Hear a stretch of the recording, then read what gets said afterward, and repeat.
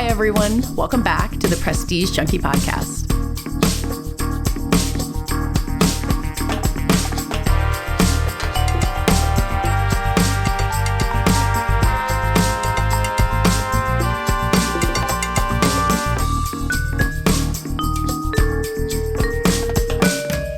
I am Katey Rich. I am the awards editor here at The Ankler, and I am so happy to be joined this week by my co-host, Tyler Coates. Hi, Tyler. Hello. Thank you for having me. Oh, thank you for being here. You and I have been in the media salt mines for basically the same amount of time. I think so, yes. And kind of come from different directions, but we were both, you were recently the awards editor at The Hollywood Reporter, kind of while I was the awards editor at Vanity Fair. We kind of crossed paths there.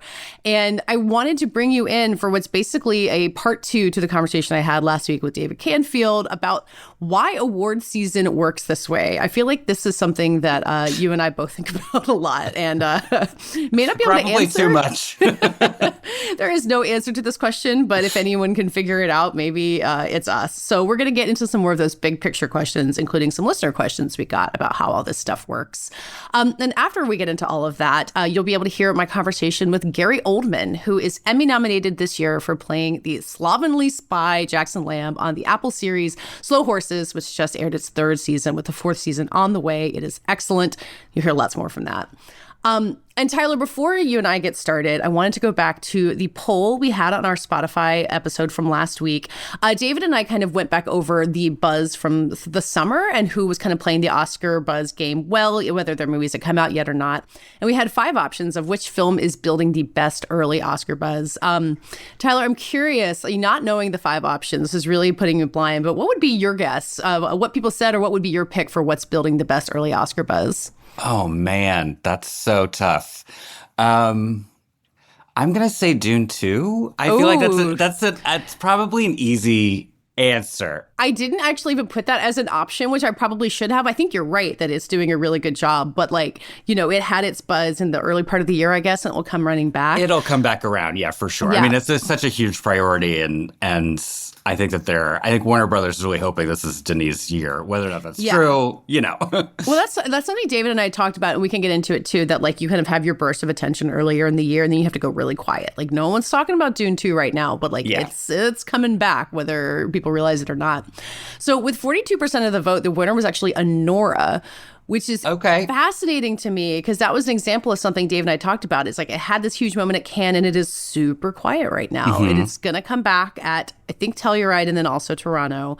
But I feel like they've done a good job of being Sean Baker, his boundary pushing movies, but here he is as an Oscar guy. Do you agree that Anora's doing the job right? No, I totally agree. I think I don't get to go to Cannes, and so I kind of miss the summer, because we have the Emmys to worry about. How could we possibly think about movies? But I did see a trailer for it. I can't remember what movie I actually saw it in front of, and it sort of reminded me. I was like, oh, this is coming. I'm so excited. Mm-hmm. I do think it's really interesting. I'm a huge fan of his work, and I think that Red Rocket really pushed him over the edge a little bit in the last campaign season he did, but I think that this is really the year that he makes his mark and gets a nomination for something. Yeah, I think it'll be so exciting. Yeah. The other one's pulling in good votes. Sing Sing got 35% of the vote. I think, David did a first look for that. We talked about that. Coleman Domingo's been on this show. I think it's doing the slow roll game very well.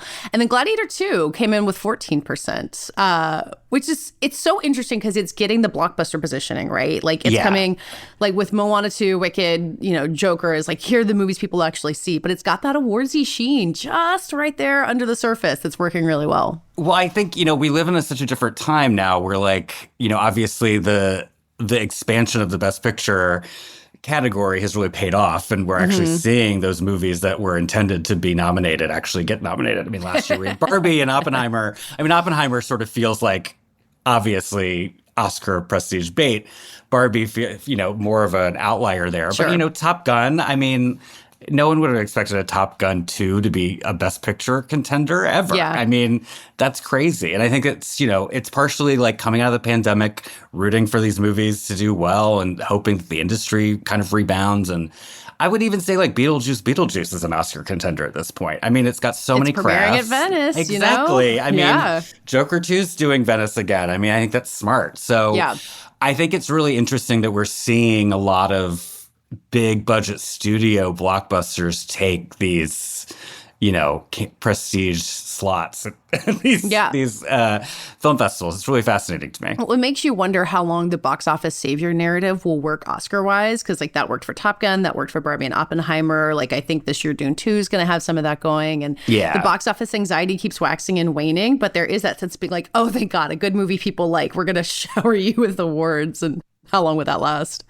Well, I mean, I guarantee you there's going to be, you know, punditry around whether or not Deadpool versus Wolverine should be an Oscar nomination. So I suppose there will be. I mean, I haven't seen it yet. I haven't either. And I'm sort of agnostic towards, I mean, unless it's Black Panther, which is truly the only Oscar contenders they have. Sure. But like, I mean, I remember years ago when the Spider-Man movies were being pushed as Best Picture contenders simply because they made the most money. So I think that there's a really interesting debate happening, even more so than usual. I mean, every year this happens where they're like, you know, the movies don't reflect what what Americans are actually watching and that sort of thing. But it's not true. Don't buy it. So. That's why Gladiator 2 has to run away. Well, everyone needs to see Gladiator. I guess like as a guaranteed box office hit, like that's not maybe as a slam dunk as Deadpool and Wolverine. So one step at a time. Yeah. Okay, so Tyler, we're talking in August. You are no longer the awards editor at The Hollywood Reporter, but you're doing work for them. You're very much seeing inside the machine. And it's interesting because, you know, now that I'm here at The Angler, like I'm in charge of my own stuff. I'm not planning award special issues for the fall. I'm not planning a photo studio at Toronto. Like all of these massive things that have to get turned around in time for the fall festivals. But you've done plenty of that. You're witnessing some of that. How do you kind of capture like what things are like in August? It seems really quiet on the outside, but underneath the surface, there's so much happening. Well, yeah, you know, it's a weird thing. I mean, again, like as someone who has to cover Emmys and Oscars, you kind of are pulled in two different directions. You know, there's so much happening in Los Angeles right now just around television. Television shows that ended months ago, and or a year ago. And so, you know, there are, you know, people who just finished their Oscar campaigns now doing an Emmy campaign. I mean, Lily Gladstone is doing this. So, but, you know, obviously Emmy campaigning is lower stakes than Oscars. There's just a lot less expected of you. So it's interesting because all of the strategists who are working on Emmys are also working on Oscars, and they're planning their festival slates and figuring out what they want to place places. And, you know, it's interesting. You know, there's not a lot of movement yet. I feel like the screenings are just starting to start. I know like all the strategists have seen stuff. They're planning their Oppo research and they're figuring out what their big competition is. I think that's where it all kind of starts, and the focus is right now. It's just like, what do our other studio competitors have that could knock out like Gladiator 2, for example?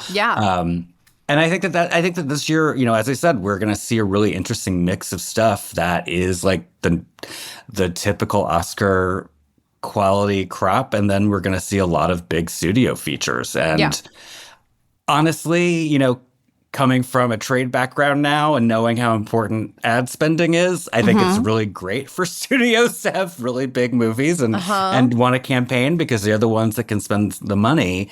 When you have a year where it's like Neon and A24 are big competitors, there's less money coming in. I mean, A24 is very, very tight with their budgets. So almost infamously so. So that's an awkward place to be, you know, rooting for certain movies, but also rooting for certain studios because you know you have some investment in it. It's a completely strange mindset from a journalist. Yeah, I mean, without giving away like all of the state secrets, like FYC ads, you know, I'm very familiar with those from making the Vanity Fair issues. I think from the trade perspective, they are so much bigger. They're so much a bigger thing. I mean, I marvel every time I come to LA and see all the FYC billboards because they just do not exist anywhere else in the world. Like that is an entire business here. But, you know, just kind of on the base level, like how do those FYC ads function just to prop up this entire system? Why are they important? Do you think that they're still important, even though like A24 and Neon can kind of prove how like sending Messi to the governor's awards can maybe, or to the nominees luncheon can get you as much attention as an FYC ad? Yeah. You know, I think right now we're seeing a change. We're seeing a lot of live events because, again, like, you know, I mean, it's all. I have so many opinions about ad spending in media. I could do an entire come podcast back in a few myself. months. I'll do all my research. We'll do a 10-part series. But, you know, I think it's really interesting. You know, obviously that is where most of the ad spending happens. I think that spending is dwindling slowly but surely. You know, I think again with you're seeing a lot of contraction at these big studios. You know, I mean, I remember, you know, one of the publishers who's now no longer at THR, but maybe a year ago was saying, you know, when Warner Brothers Discovery happens, you know, you used to have HBO, you used to have like all these other different networks and channels that would each buy an ad, for example, the week after the Emmy nominations, congratulating all of their Emmy noms. Yep. Those are pages and pages of ads. Now there's 2 pages where Warner Brothers Discovery is like, congratulations to everyone. We own all of you. We own all of you, and we don't have to spend a dime. That's where you're seeing the changes happening. And I think that what's interesting is that, you know, especially in print media, I mean, digital changed everything. Digital made marketers know exactly how many people are actually going to click on a story. Yep. Where you didn't know that. You don't know how many people are going to see a specific ad in a magazine. It's all kind of guesswork and based on circulation. But are the executives going to see the ad? And if they don't see it, then they'll call you and ask why. And that's why they continue existing. I mean, the people who are really the most concerned about the ads are the people buying them and they want to see them. They're just hoping for the best that someone else is going to see that. So I think that people probably get more mileage, not to use a pun, in the FYC billboards because, you know, you have thousands of people driving by them every day. Yep. I think that live events are becoming a better way to gauge how, like, what your actual reach is because you can see who fills the audience. You know how many Academy members are there. If it's a taped thing, then it goes out in a blast, you know, whatever magazine is hosting the event or publication, I would say. So I think that that's where we're seeing a lot of changes. It's just kind of, it's just becoming more of an event-oriented space, which makes sense because it is, I mean, awards are events. And I think that's what's interesting to me about it too. It's, I mean, as you say, like it is its own mini economy, especially in Los Angeles. And I think that if you don't live in Los Angeles, you don't realize the machinery, like the amount of jobs that are created. I mean, that was something I was thinking about during the strike. Not just how it affected me, but like every single event was canceled. So those are the caterers, those are the wait staff, the bartenders. I mean, the bartenders I see at every single event. I mean, I recognize them now. They are working hard. They are the engine that makes award season go. Exactly. They're the reason why we go, to be honest. And, you know, 5 minutes of FaceTime with an Oscar hopeful. But yeah, pretty much. Yeah, I think that's what's so fascinating to me at this point that I think that people outside of LA don't get. Is that, you know, when you ask why awards matter, it's because it affects so many people's lives. And it's just like literally just base level. That's what it is. Yeah. I was thinking back to when COVID hit and like all of award season had to change and, you know, the virtual stuff. Like it was such a huge shift.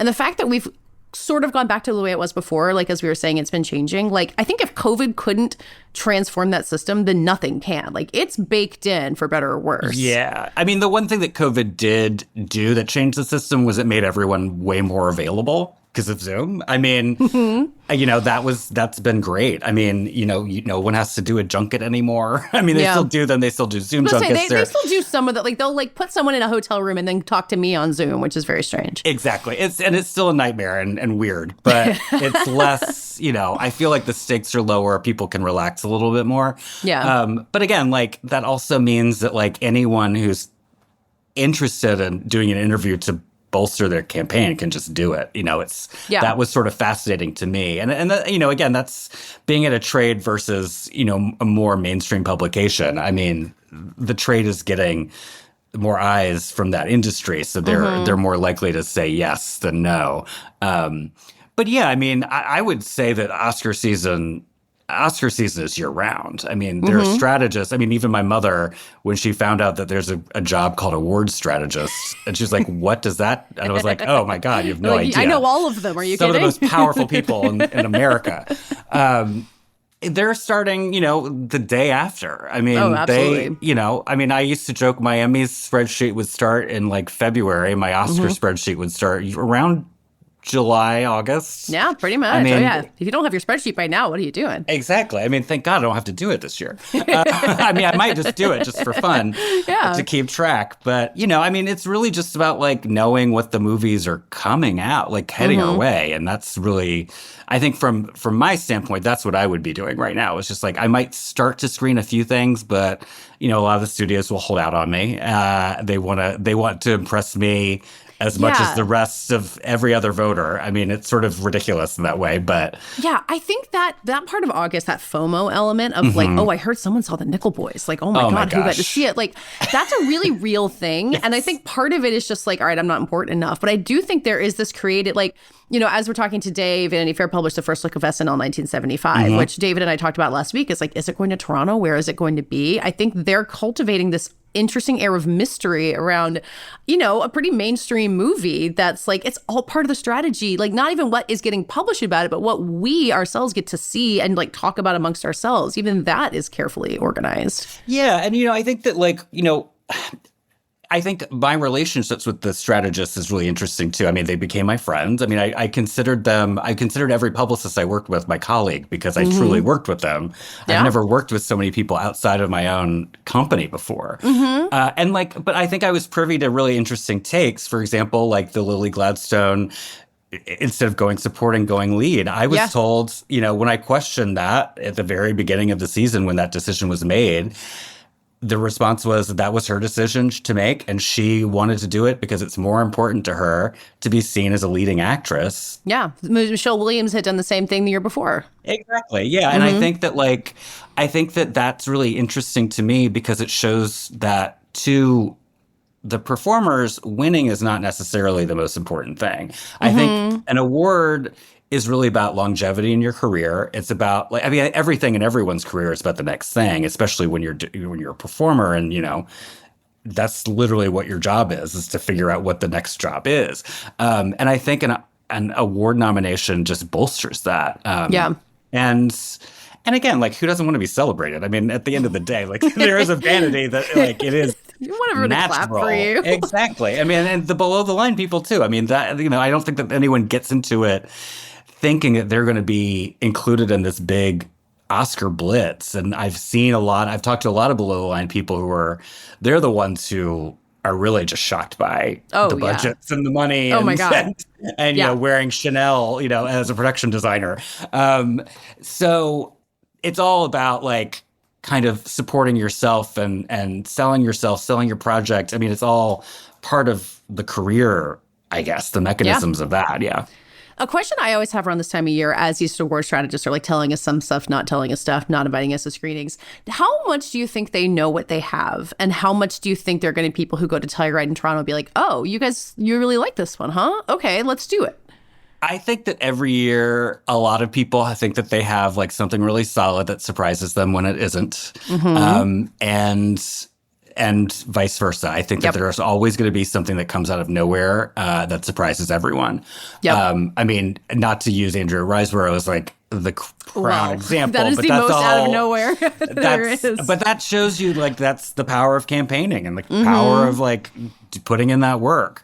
And I think what's also interesting is when, premiering at one festival over another, in hindsight can like completely change a campaign. I think Saltburn would have done much better at TIFF last year than Telluride. I think literally David brought that up on last week's episode. Yes. This is an example. It looms large for us. I've talked with you about going to the Virginia Film Festival, which I have a connection to as a Virginia native. And I remember I think that was in consideration for the slate because again, it's at UVA. So like that would have been a great, college town screening, but they were like, oh, the Telluride screening was so not fun because the crowd just did not like it. And they were like... It's so funny because Telluride is where like Moonlight blew up, like you get to Toronto and everyone's like, oh my God, you got to see the same with Lady Bird. Right. It can be such a good incubator for movies, but then sometimes it's just not. And like knowing which one is right, like it's a real fine line. Like American Fiction blew up at Toronto last year because it was exactly the perfect venue for it. Yes. But you can't always get it right. And it's a lot of pressure on them at this point in the year when these movies kind of exist in these isolated boxes, being like, okay, I think this is the right move. Let's see how it goes. Yeah. And you also also to consider too, like the kind of groupthink mass hysteria that can happen at a film festival. I mean, I'm being glib, but come on. I mean, sometimes just the excitement of being in a theater with a ton of people. I mean, I remember the first Toronto I went to was the first after COVID. And I think the first screening I saw was Bros, which I have a soft spot for Bros, not to get into Brosgate, but watching a comedy with a full crowd, I hadn't done that in 4 years. And it was like, I was like, oh my God, I could cry right now. Same thing happened with Glass Onion. And like, those did not become Oscar contenders. They were crowd pleasers, but did not really extend beyond that. And I think that like, sometimes that can happen. I think that there is, you know, the excitement about seeing the newest movie from like an acclaimed director. And then like you kind of pull out of that experience and you're like, oh, was that really that good? Yeah. I feel like Sundance gets the rap for that, but you're right that it's at every festival. Absolutely. Sundance, you know, and I think that like the COVID pandemic Oscar year was a big Sundance heavy year, which would have never happened otherwise. Because Promising Young Woman, the ultimate example of like, how would this have happened otherwise? No way. Yeah. So yeah, and I think, and again, it's like it's all kind of luck of the draw sometimes. I think people go in, you know, but you know, I know Cord. I ran into Cord Jefferson the Monday before his TIFF premiere, and he was like beside himself, and he was like, this is going to be a nightmare. I hadn't seen it yet. I saw it in LA the night of the TIFF premiere, and I remember sitting there with AJ Delario from Gawker, who like turned to me. Really getting the old timers club together. It was a real media blitz in that room of old. Like at one point, I was talking to people about the websites we had written for that no longer exist. Like that's how far back it went. But AJ literally turned to me. He was like, "Is Cord going to win a fucking Oscar?" And I was like, he could. From his lips to the Academy's ears, I guess. And that was the first week in September.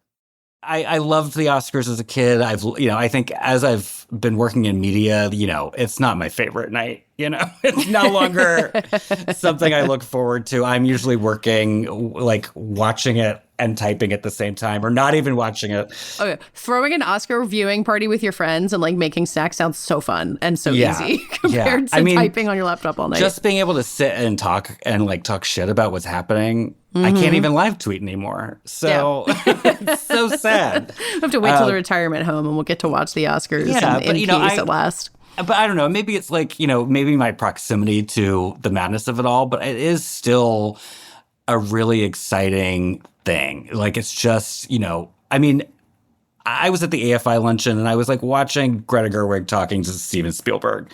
And I'm just like, how this is never going to happen ever again for me. Like, I get to watch this. This is exciting. And it's also like, I'm excited to watch that connection happen. Like, anytime Martin Scorsese gave a speech last season, it was just like, I'm so thrilled. And I'm happy that I, like, you know, not just that, like, Marty's doing this, but like, you know, my friend Cord Jefferson is getting to be in the same league with people. And it's just like exciting to watch, you know, a millennial like Greta Gerwig continue to rise. I mean, and she's someone who I feel like I don't know her, but I feel like I know her because I've been growing up with her as an adult, basically. We all have a strong parasocial relationship with Greta Gerwig. Exactly. Lady Bird did it. She invited that on some level. Yes, absolutely. I feel like this leads me to like kind of the big picture question I wanted to end with. And this is a question we got from Eve in Brooklyn, who just basically asked, is any of this worth it? Like, does anyone make money from this? Does anyone get anything other than backpatting from this? And it's such a big existential question. I think you were just saying some of the things that are worth it. Like, these are special occasions to celebrate really special people. But I don't know, when are you plagued with the why are we doing any of this questions, and how do you move past it? Well, I think what's interesting, and the more I do this and the more I like, you know, my creative friends are like becoming nominees and things, which is, or just campaigning, which is already bizarre. You know, I have a friend who was campaigning last year, did not get a nomination. And I ran into their spouse a couple months later, and I was like, oh my God, you know, I'm sure that must have been just crazy to watch, you know, and participate in, you know, be a +1. And they were like, you know, I don't want to sound like a jerk here, but I wouldn't risk getting cancer or wanting to win an Oscar on anyone. Wow. So So that's one case. That's one version. Yeah. I mean, my dream like project, I don't know if it's a book, I don't know how it would work. I want to talk to contenders about what it's like to campaign. I want to talk to the losers. I want to talk to the winners, because like you have someone as effortless as like Davine Joy Randolph, who literally won every single award they gave her, gave an impeccable speech every single time. And that was, I mean, as soon as I saw the holdovers, I was like, this is it for her. Yep. Like, this is an incredible performance. It's so good. Like, if she doesn't get nominated, I'm rioting. And luckily, then she just won the whole thing. Luckily, it was not even a question. And that's a case of just like watching someone who is an incredible performer, an incredible actor, so thoughtful, like really receive what she deserves, and receives it so early in her career. Basically, I mean, she's not old, she's not like a newcomer, but like still, like she's pretty fresh on the scene. And then, then there's like the crowning achievement of seeing Martin Scorsese win an Oscar. Not my favorite Scorsese movie, The Departed, but it's still like you want to see them win. You want to see them collect this thing before it becomes just the honorary thing that they hand you. But yeah, I think it's all about, again, I think it's all part of the business, and I think it is a business decision on one end. And then I think also it's about, gaining recognition from your peers. And so like Andrew Riseborough, who's an incredible performer and has been incredible for years and has been sort of under the radar. And that was a group of people rallying behind her, which there are a lot of people who can complain about it and a lot of people can celebrate that. Again, that's another 10-part series we can do. Exactly. Yeah. Yeah. But like Coleman Domingo, I mean, who's in his early 50s, is an incredible person and actor. And like Rustin, I believe Rustin existed solely for him to get that Oscar nomination. And he needed that Oscar nomination because he deserves to be in a place in his career when he is getting movies like Sing Sing and he's leading them. And you can put Academy Award nominee Coleman Domingo on it. Like and make it much easier is not the way to put it, but like much more likely that he wins for Sing Sing, which is something I'm really prepared for. Yeah, and likely that Sing Sing gets seen. I mean, that's like truly part of it. And then, would Robert Downey Jr. be getting like an $80 million payday to play Dr. Doom if he didn't win an Oscar? Who knows? He probably could have gotten that without the Oscar. My crackpot theory on that is if more people had watched The Sympathizer, which was very good and deserved more attention, he got the Emmy nomination for it, but it kind of underperformed. If it had been a hit, he wouldn't be playing Dr. Doom. And I don't even know if that's a good or bad thing, but that's my crackpot theory. It is what it is. I mean, that's sort of how I, as someone who's, I feel like no longer a critic of the industry and is just sort of kind of in it for better or for worse. Like, it is what it is. And like, I can criticize all I want, but it's not going to change. So I can at least just kind of accept it and move from there. Okay, before I let you go, Tyler, do you want to make any predictions about the season to come, either in terms of who will win or like what campaign is going to be the most interesting, what the drama is going to be about, what are we going to be fighting about in February? What do you see coming? Oh, man. It feels way too early for me because I still haven't seen much. I mean, sure. I'm, as I said, like I'm really interested to see how far the studios can do with their blockbusters. I mean, Dune 2 is a huge priority for Warner Brothers.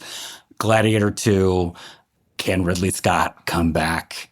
We are all rooting for it. We are. The amount of goodwill he has, like despite the divisiveness of Napoleon, is kind of impressive. Yes. Yeah. And again, like I'm excited to see, like I really think Challengers is a really interesting contender because it came out a really long time ago, and I've talked to the strategists working with Amazon, and they, kind of seem. They were like, oh, I mean, Challengers, sure, you think so? And I'm like, really? I mean, it was such a huge, successful film. You can't buy that level of meme to get attention for your Oscar movie. I will say, thank God it didn't come out the same year as Past Lives, because that would have been... Talk about a drama about like because a married couple, of course. Married couple. They're two screenplays about like these weird contentious love triangles. Yes, and then also fighting for an original screenplay slot. That's true. But that screenplay is phenomenal, and I think that I mean, that's a great way to kind of launch a campaign around it. I think because I mean, it's again an up and coming screenwriter. His wife was just nominated last year. There's a lot of interesting things to say if you talk about the other elements of it. I mean, I think it's really interesting when studios don't recognize that, like, they can sort of support each other while not, like, necessarily helping each other out. But, like, you know, I tried to do a joint profile with Jack Fisk and Ruth DeYoung, who were both Oscar-nominated production designers. Oh, no, sorry. Ruth worked on Oppenheimer. Ruth was on Oppenheimer. Jack was on Killers of Flower Moon. Right. But I found out, like, through interacting with Ruth and being a fan of Jack's for so long, is that he actually was her mentor. Oh, and they worked together on Malick films and Lynch, and she did Twin Peaks: The Return, and he famously did many David Lynch films. And I was like, oh my God, that's such an interesting story. Could I get the two studios to agree that would be great? No, absolutely not. And I was like, this is actually a really good production, like, human story in a production design category. And they're like, no. We never got the joint Greta Gerwig Christopher Nolan interview, as far as I know. Like, I don't think they ever did anything like in the same. I mean, they were at the same events, obviously. Right. And I don't think there was any animosity, but it was another thing where it was like, nope, they don't want to be paired together. And that's the other funny thing. Barbenheimer, talk about, like, a once in a lifetime event. Oh my God. That both of the studios hated completely and wanted nothing to do with. Like, never wanted, like. At every chance they got, they were like, please don't mention Barbenheimer and this, please. And they're like, no, that's insane. Yeah, like, it's the one thing everyone cares about. This is, like, the one organic thing that happened, and it's so successful for both of you. Like, just own it. Like, everyone should just own it. But you know what it led to was Ryan Gosling and Emily Blunt presenting at the Oscars together. And and it turned out great. It was so funny. So, like, despite all of their efforts, it became a huge part of the Oscars anyway and worked out. But would that have happened had they not been in a Universal movie together?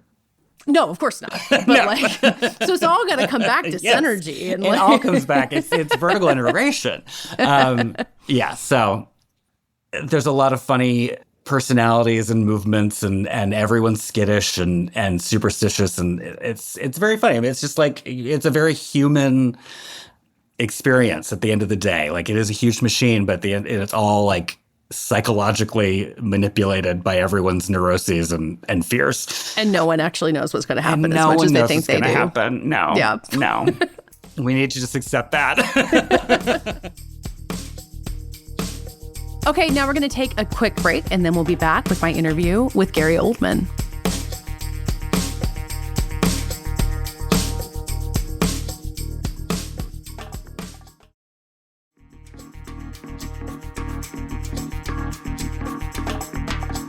Now let's hear my conversation with Gary Oldman, who received his second Emmy nomination this year for his role on Apple's Slow Horses. His first nomination, believe it or not, was for a guest role in Friends. Oldman won an Oscar for The Darkest Hour. He's been a movie star for decades. And he's not necessarily the first person you'd think would just jump straight into a TV show that has filmed 5 seasons now. There are still more to come. He plays the very rumpled spy, Jackson Lamb, who is constantly wearing the same dirty raincoat and has really gross-looking hair. Gary Oldman has long hair in real life, not quite that gross. He told me about how they make it work in the makeup trailer. But when you talk to him, it's really clear how much he loves working on this show, working with this ensemble year after year, which he connects really nicely to his experience in theater. It's one of those shows that I kept hearing about from people who were falling in love with it. And they were totally correct. It's got this incredible mix of humor and high-stakes spycraft. It's really well acted. Not just Gary Oldman, Jack Lowden, who is also Emmy nominated. There's Kristen Scott Thomas, Sophia Conedo, Jonathan Pryce. It's another one of those shows with a ton of great British actors doing great work. Oldman is at the center of it, though, of course, and he had so much to say about what makes that show really magical, both for him and for viewers who keep discovering it. So you can hear all about it in my conversation with the star of Slow Horses, Gary Oldman. Well, you've spoken so highly of returning to a set with these actors and these collaborators over and over again after, a career of making movies and jumping around from set to set. Did you realize that you wanted that kind of consistency, or was that a side effect of taking on this role that you said, oh, I really like having the same people with me year after year?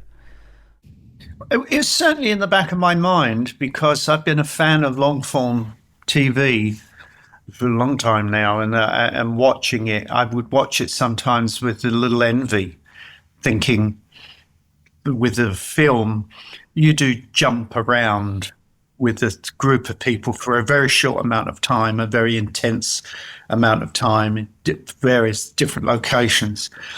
And I would watch these shows and be somewhat envious of coming in every day and the sort of family aspect of it, if you like, of the familiarity of it.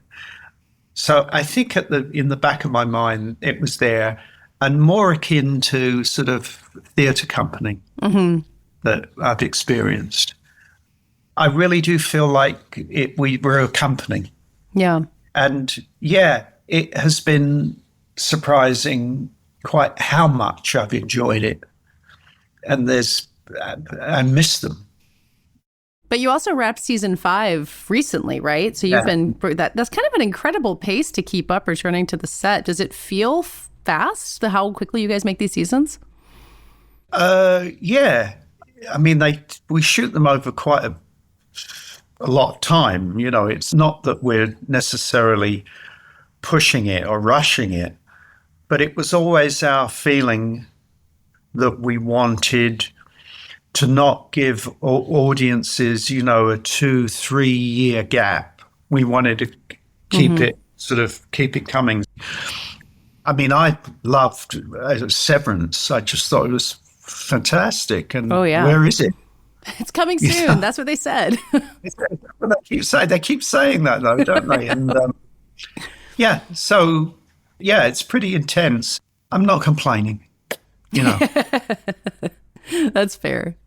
Well, you speak so highly of your castmates, but also Will Smith, the creator, and, you know, the mutual admiration that you two seem to have seems like a major part of that relationship. How did you build, not just admiring each other's work, but the trust to kind of build this character together? I think you've said you have some input sometimes on what the character would do. What was building that relationship with him like? I suppose you might say I wear an executive producer cap in as much that I do get to see the scripts and I can have some input in that respect, and even occasionally in casting, and also I get to see a rough cut, an assembly, you know, of the show. He's not precious at all. It's very much a collaborative thing. I mean, most of the time it's there, it's already there, and it's all very good. I think he's got better at writing for us rather than just writing from the book. He has now seen us move and hear us move through space. You know, these people in this book have become living, breathing people. So his ear is it's tuned in to what we're all doing individually as characters. So it's more bespoke in that sense. Well, because Lamb is an interesting character because Lamb doesn't really change or grow. That's kind of part of the character, is that he's going to be pretty steady. But you have gotten to develop him over time at the same time. And that's an interesting balance, that he's not having big epiphanies, but he does change. What has that felt like for you? Well, I like the fact that if you go back and look at some of these other shows, I mean, certainly Columbo never changed.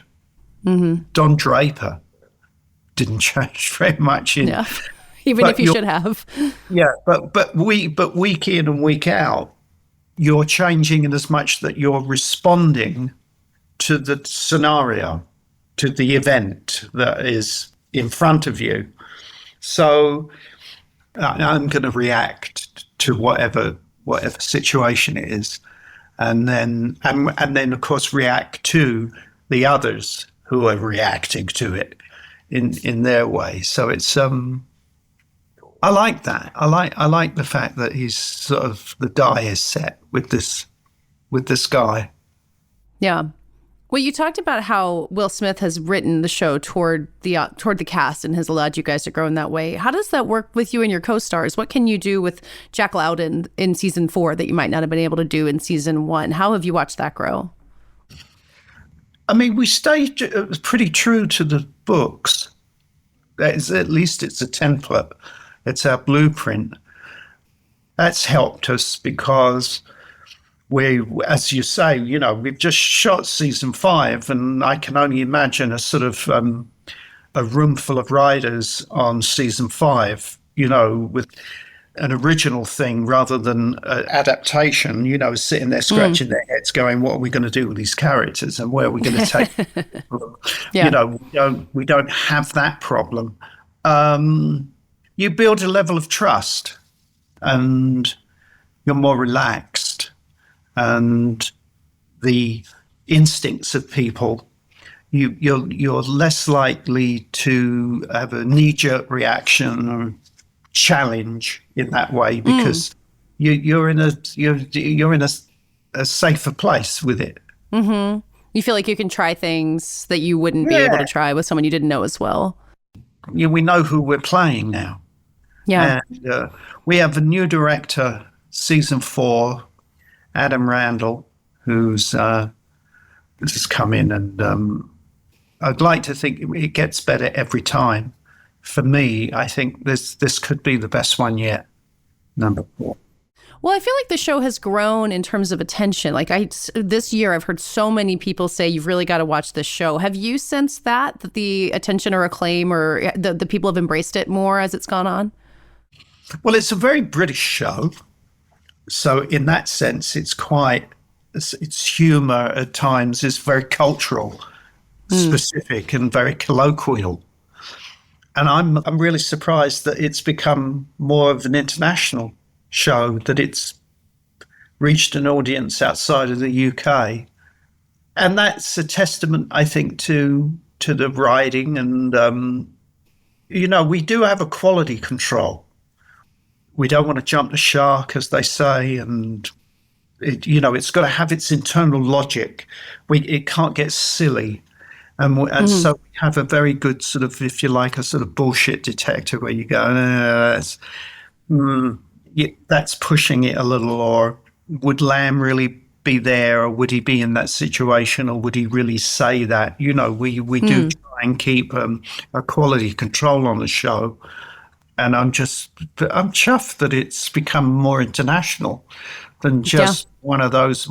I feel we're the little show that could, that it's not just a UK popular series.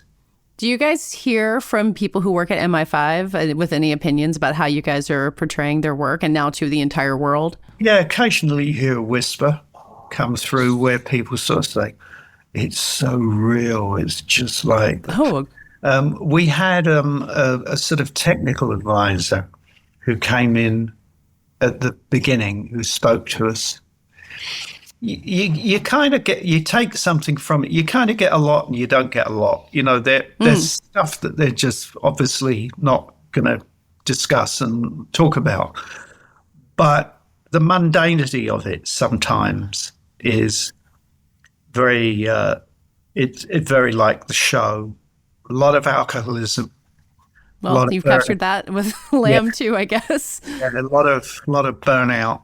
Obviously relationships, marriages, a lot of divorce, as you can imagine. It's carrying the secrets around with you, and not really being able to, with your partner, being able to discuss what you're working on and where you've been. And I can imagine that puts an enormous strain on a relationship. So we try and be as accurate as we can in that respect. And you earn the respect in the process. That's how the fan base grows, when you get it right, I think. Yeah. I think what people respond to is the relationships between the people and the characters. I mean, that's what keeps you coming back, isn't it? When I watch these shows, sometimes I liked Foundation. There were weeks there I didn't know what the hell they were talking about. I couldn't follow it. I was going, was that a character from, who's he talking about now? Is that, and I was just enjoying watching Jared Harris. And that other You stuck with it. I sort of stuck with it because I just like I guess I like being in the company of the people. But there were times when I was just so confused. What was going on. I think that's fair. It's fair enough, yeah. So on the show, we get ideas of what Jackson Lamb was like as a younger spy, and we know how good he was. And I was talking to a colleague of mine who said that he's always imagined the young Lamb as being like your Sid Vicious. And I'm curious about how much thought you have put into what he was as a younger man, and if that's something that you need to know, even if the show doesn't necessarily show it. Yeah, there's some actors who do deep dives. I think it's Jennifer Jason Leigh who used to do a really, really elaborate kind of diary of the character. I haven't gone that far, but I have somewhat of a biography of who he was. We discussed at times whether maybe there was a marriage, short-lived one, which is likely. Yeah, but Mick Herron, who wrote the books, you go to Mick sometimes and he's a bit cagey about it all. He sort of says, well, if it's not on the page, I don't know. If I haven't written it, I don't know. I haven't thought about it. Wow.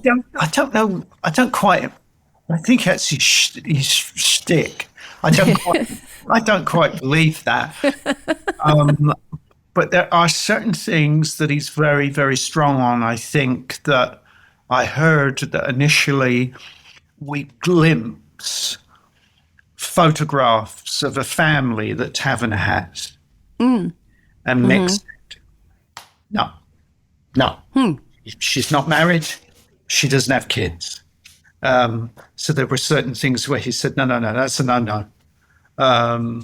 And other things, you can go to him and say, well, I was thinking about this. And he says, yeah, that's possible. That's likely. Or, yeah, that's a good idea. So it's clues. All sort of negotiate. We sort of negotiate with this stuff, Yeah. And I've heard that we see Lamb's apartment in the upcoming season. So there's going to be a lot of something to learn there, at least. Yeah, it's a bit dark. You don't. We had lots of discussions about this, what he has and what is there. And then you kind of see it's dark and you see very little, although rather dingy looking kitchen. But you capture a glimpse of where Lamb lived. There'd be some mystery there, at least. Yeah.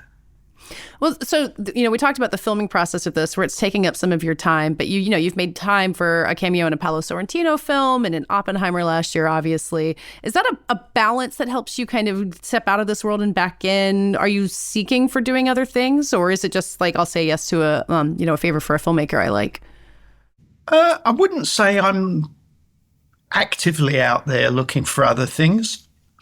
I got a call from Chris Nolan. And he said, would you like to come in for a day?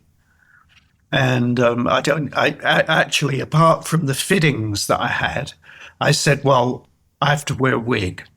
I said, because I can't really cut my hair because of the show. And he said, that's fine. And apart from a few fittings I had, I don't even think it was a day's work coming and playing that scene. And that was a fun, a distraction. It was nice to do something else. And then I absolutely love Paolo's films, and then that came my way, and it was. I think I said to him, actually, I'll come play a shadow on the wall for you. I don't really care what it is. And he said, oh, I've got the small part, and it's a good part, but it's a small part, and would you come and do it? And it was one of those, it was 10 days on Capri. You're not going to complain. Right, 5 of which I worked, and the other 5 I was eating. You did it right. That's the gig. That's the gig. Yeah. One last question for you before I let you go. You mentioned how you can't cut your hair when you're in production. What do they do to your hair when you get on set? What's that time in the hair and makeup trailer to really capture that level of Jackson Lamb hair? what they do is it doesn't take very long.